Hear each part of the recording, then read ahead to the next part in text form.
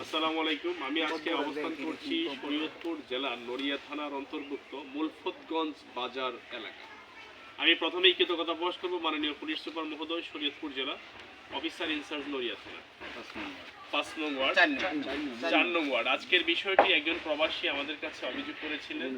এরই ধারাবাহিকতায় আমরা তথ্যানুসন্ধানের জন্য এবং সামাজিকভাবে বিষয়টি শেষ করার জন্য এখানে এসেছি। এবং আজকের এই লাইভটি ভিডিওটি যারাই দেখছেন দেশ এবং বিদেশ থেকে, এবং আমাদের এই জেলার এসপি মহোদয়, রাষ্ট্রের বিভিন্ন এসপি মহোদয়, ডিসি মহোদয়, সচিব মহোদয় আমার এই আইডির সাথে আছে।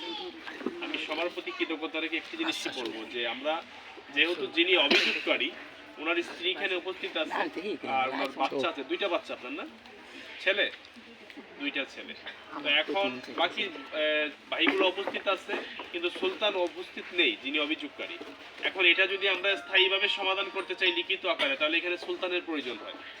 সেই জায়গা থেকে আমরা ওনাদের কাছে যে প্রশ্নটা করেছি যে ওনারা কি মামলা চান নাকি সমাধান চান, তো সেই ক্ষেত্রে সবাই চেয়েছেন, আমরাও চাই, আসলে আমরা মামলা চাই, আমরা সবাই চাই যে সামাজিকভাবে শেষ করতে।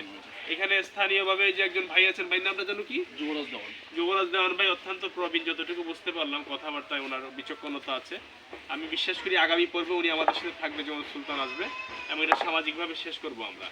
তো আমরা সুলতান আসার পরে আমরা সব ভাইকে নিয়ে বসে, কাগজের বাহিরে কারো যাওয়ার সুযোগ নেই, আমরা কাগজ নিয়ে বসবো। তারপর একটা বিষয় থাকে আন্তরিকতা, মিলের একটি বিষয়, সেই মিল মহব্বত থেকে বিষয়টি আমরা ইনশাল্লাহ শেষ করব। কিন্তু আমি স্পষ্ট একটি বার্তা দিতে চাই, সেটা হচ্ছে কোনো পক্ষ যদি আইনকে অমান্য করে কোনো ধরনের একনায়কতন্ত্র অথবা মনে করেন যে ক্ষমতা এখানে প্রভাবিত করতে চান, আপনি পারবেন না, কোনোভাবে টিকতে পারবেন না। এটা আমি আপনাকে চ্যালেঞ্জ করে দিব।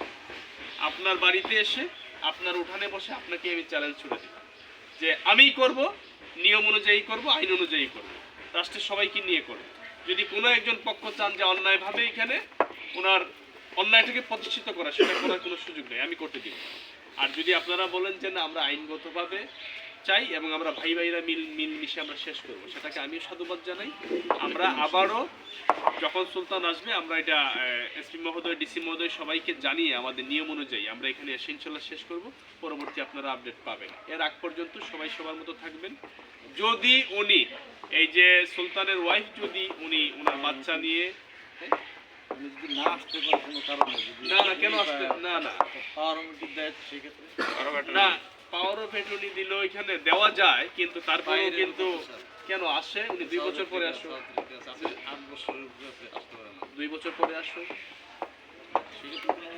ওয়ে আছে, পাওয়ার অফ অ্যাটর্নির একটা ওয়ে আছে। আমরা সেটা করতে পারবে না, সেটা তো মানবে না, কেন অবশ্যই মানবে, আইনকে তো মনে করার কোনো সুযোগ নেই। যদি কোনো কারণে উনি না আসতে পারে তাহলে উনি স্পষ্ট একটা পাওয়ার অ্যাটর্নি দিতে হবে ওনার ওয়াইফকে, এবং সেটা আমরা দেখবো, আমাদের সামনে দেখাতে হবে, দেখালে আমরা সেইটা অনুযায়ী বসার সুযোগ আছে।